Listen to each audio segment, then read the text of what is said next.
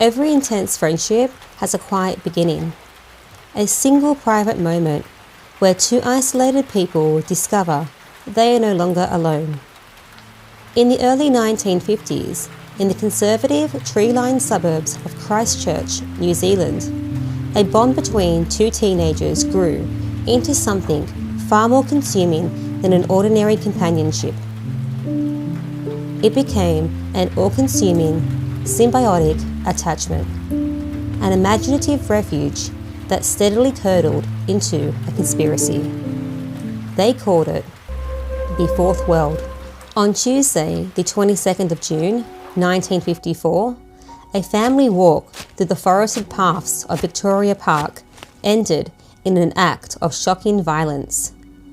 45-year-old Honora Parker was found dead, killed with a heavy half-brick wrapped inside a silk stocking. Her killers were not hardened criminals. They were two intelligent, articulate schoolgirls.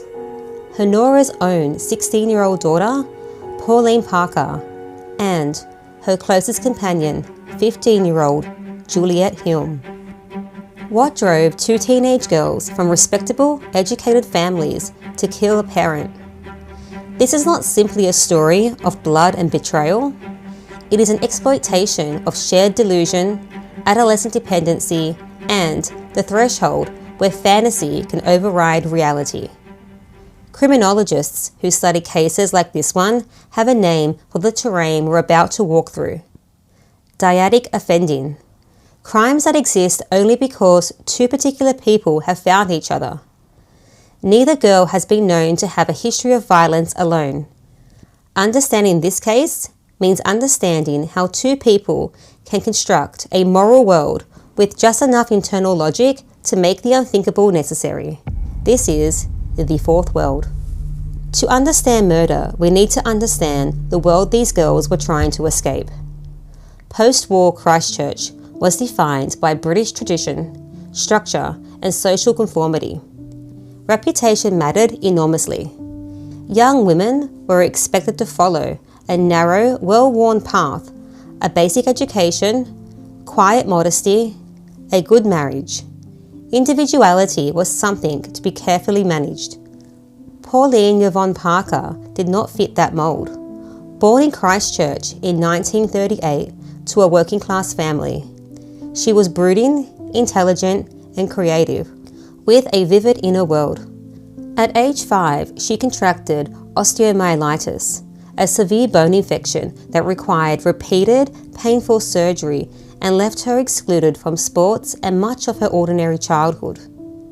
Cut off from her peers, Pauline turned to imagination, not as a pastime, but as a necessity. It was one of the places she felt in control. In 1952, a new student arrived at Christchurch Girls High School, Juliet Hulme. Juliet was everything Pauline was not: glamorous, well-off, and worldly. Born in England, she arrived in New Zealand with considerable social standing. Her father, Dr. Henry Hulme, was a mathematician and rector of Canterbury University College. Her mother, Hilda, moved in the elite artistic circles. Their home in Elm was full of literature, music, and conversation. But Juliet carried her own damage. Severe tuberculosis had defined much of her childhood. Long stretches in sanitariums separated from her parents. She too was an outsider, navigating the culture shock of a conservative colony. When these two crossed paths, the recognition was immediate. Each saw her own loneliness reflected in the other. Their friendship developed with a speed that unsettled classmates and worried parents. Together they built a fictional world called Bavonia, a kingdom of tragic royalty and elaborate history, writing novels, sculpting characters from plasticine, and eventually inventing a spiritual dimension they called the Fourth World, an artistic afterlife of beauty and freedom where they answered to no one. Psychologically, this early phase reads as a striking case of adolescent identity fusion. Teenage years are naturally a period of testing boundaries and searching for validation. For most people, Fantasy is a temporary outlet. But when two isolated teenagers with strikingly similar wounds, serious childhood illness, distance from their parents, find each other, that fantasy can take on more weight. Having stopped looking to their parents, teachers or peers for validation, Pauline and Juliet sought it only from each other, building a closed system where they and only they set the rules. Criminologists studying juvenile co-offending point to a recurring pattern here, sometimes called deviancy training, where two individuals reinforce each other's rule-breaking in an escalating loop, each treating the other's approval as the only currency that matters. On its own, an intense friendship or elaborate fantasy world isn't a warning sign. Most children who build imaginary kingdoms grow out of them without incident. What criminologists flag instead is the isolation around the bond. No third voice, no outside adult with real standing in the relationship, no competing source of validation strong enough to interpret the loop. That absence, more than the fantasy content itself, is what researchers see as the load-bearing risk factor. By early 1954, the line between the fictional Baronia and real-life Christchurch had grown dangerously thin. The girls dressed alike, slipped into invented personas in public, and reacted with anger to any criticism of their closeness. A single evening apart could produce letters running to dozens of pages. To the adults around them, this had crossed from childhood friendship into something they didn't know how to name. Pauline's mother, Honora Parker, was practical and hardworking. She watched her daughter's grades fall, her health decline, her manner turn cold. She did what any concerned mother of the era would do. She tried to set limits, restricting Pauline's time at the Hulme household and pushing her to think about her future. To Pauline, that concern read as an attack. In her private diary, her descriptions of her mother shift from ordinary teenage resentment into something colder and more calculated. Honora stopped being a parent in Pauline's eyes and instead became an obstacle. This shift in language is significant to criminologists. Sociologists Gershom Skies and David Matza described a process called neutralization. This set of internal justifications people use to excuse behavior they know is wrong. Reframing a parent as an obstacle rather than a person is a textbook example of what Skies and Matza called denial of the victim. The target of the harm is mentally stripped of their humanity and recast as an obstruction that simply needs to be removed. It is a linguistic pattern investigators still look for today in diaries, messages, and journals when assessing premeditation. Then the fragile structure of their lives cracked open entirely. Dr. Henry Hulme resigned his university post, and his marriage to Hilda collapsed into a public, scandalous divorce. In the aftermath, a decision was made. Dr. Hulme would return to England, and Juliet, still in fragile health, would be sent to her relatives in South Africa. The separation was set for the end of June 1954. For Pauline, losing Juliet felt like losing herself. If Juliet left, without her, the fourth world would end. The girls' solution was to have Pauline join Juliet abroad, but Honora Parker would never approve, fund, or permit that. As June wore on, the girls' diary stopped recording poetry and invented kingdoms. They became instead a cold, increasingly explicit record of a plan. What follows is what forensic psychiatry sometimes calls folie à deux, a shared delusion sustained by two people together that neither would likely have reached alone. In dual offender cases involving adolescents, investigators rarely find two independently violent individuals. More often, they find two people amplifying each other's darkest impulses. Each one's fear or anger validated and reflected back by the other. The looming separation acted as the trigger. Inside their close loop, ordinary risk and consequence stopped registering. They came to see the killing not as a crime, but as something closer to necessary. A mother reduced, in their minds, to an obstacle to be removed. It's worth pausing on how rare this configuration is. Matricide committed by a child is one of the least common forms of homicide recorded in criminology. and matricide committed jointly by two adolescent girls is rarer still. Most of the small existing research, based on parricide, involves lone male offenders, often with documented abuse in the home. Parker and Hulme don't fit that profile at all, which is part of why the case has remained a fixture in criminology literature for 70 years. It doesn't resolve into any of the usual explanatory categories of abuse, psychosis in one individual, or straightforward financial or custodial motive. What's left, researchers argue, is closer to a folie, escalating under the acute stress of intimate separation, a psychological mechanism rather than a criminal profile. Honora Parker believed she was enjoying an afternoon of reconciliation with her daughter. The girls had proposed a pleasant outing, a bus trip into Port Hills, tea at a local kiosk, and a walk through the wooded trails of Victoria Park. To onlookers, they looked unremarkable, a mother and two well-spoken schoolgirls.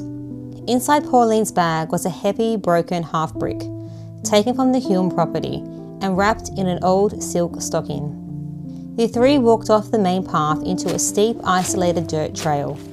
According to their plan, Juliet dropped an ornamental pink stone on the ground and called out to Honora to look.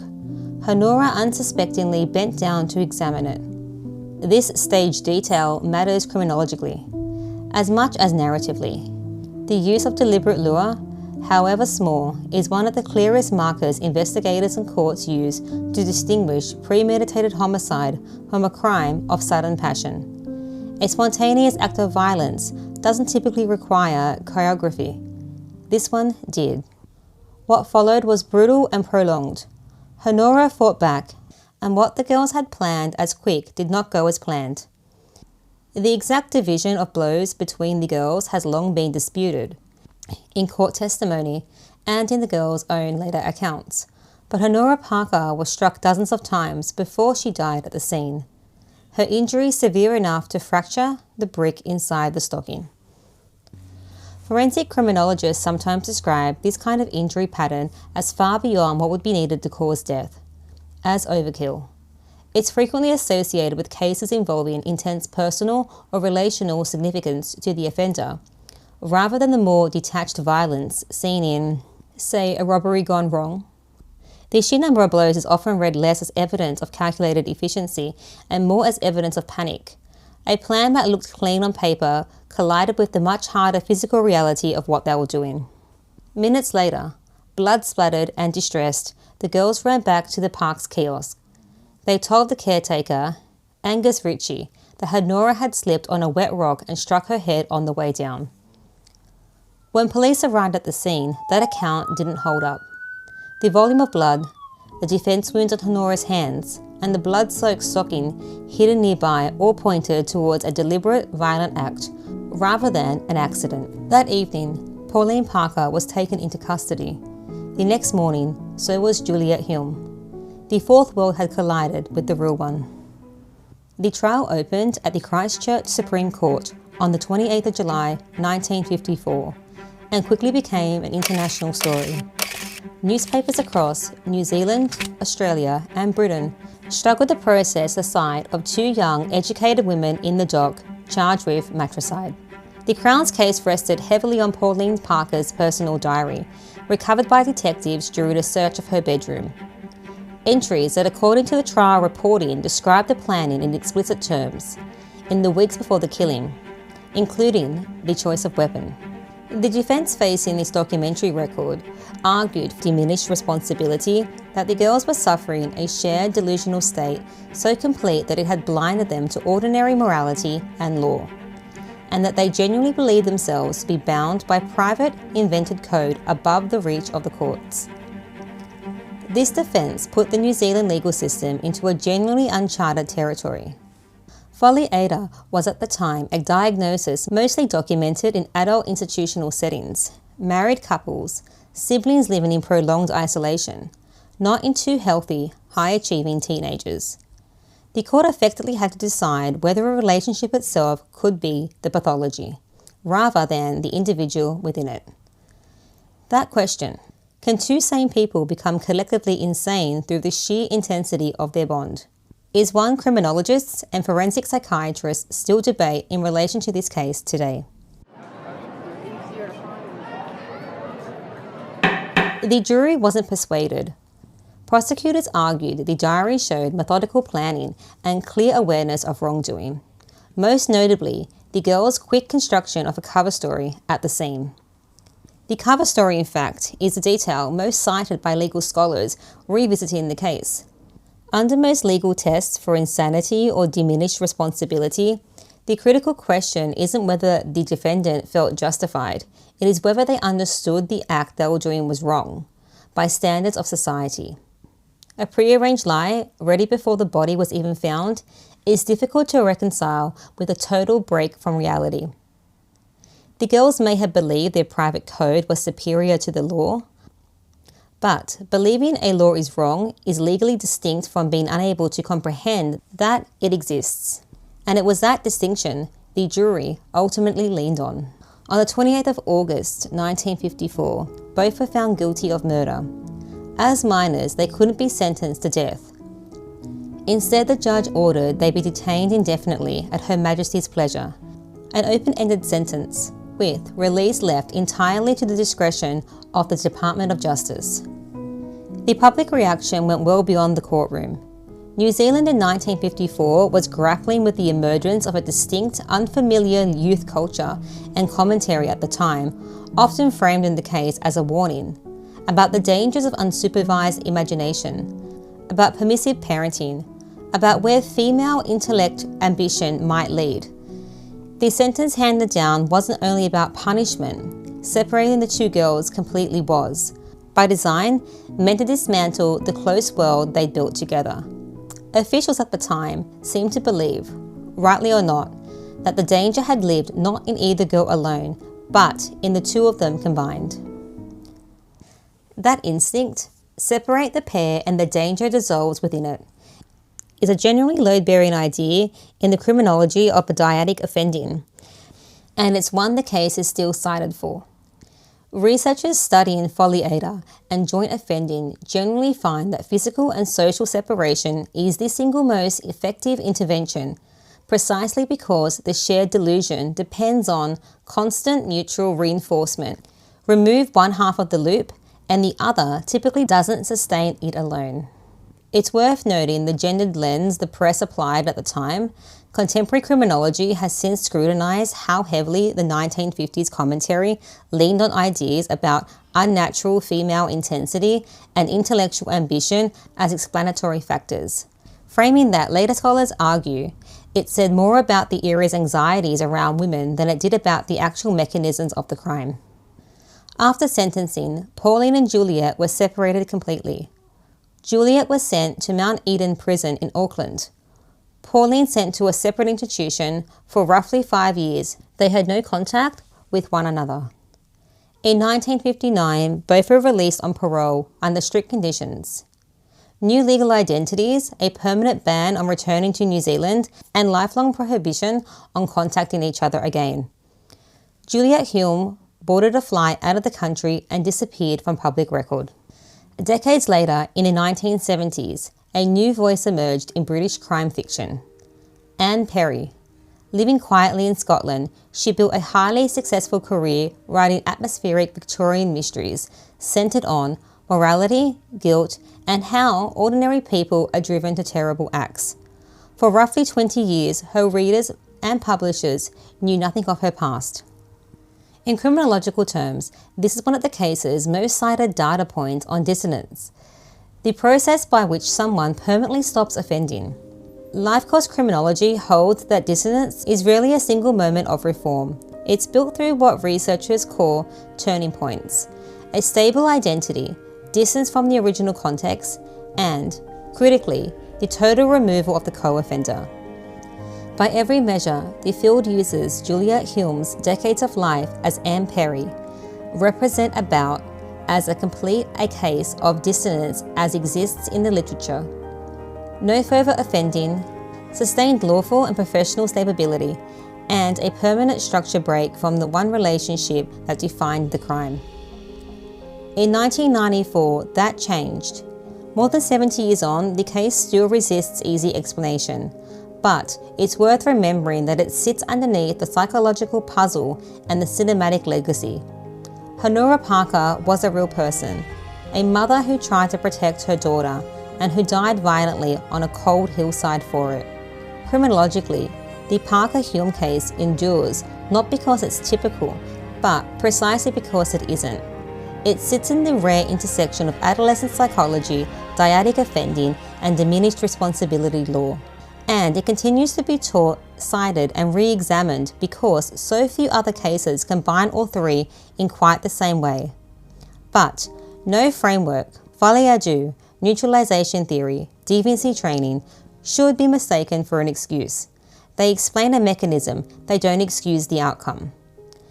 Imagination can be a genuine refuge, but cut off from empathy and accountability, it can also close its own doors, leaving the people inside unable to find their way out.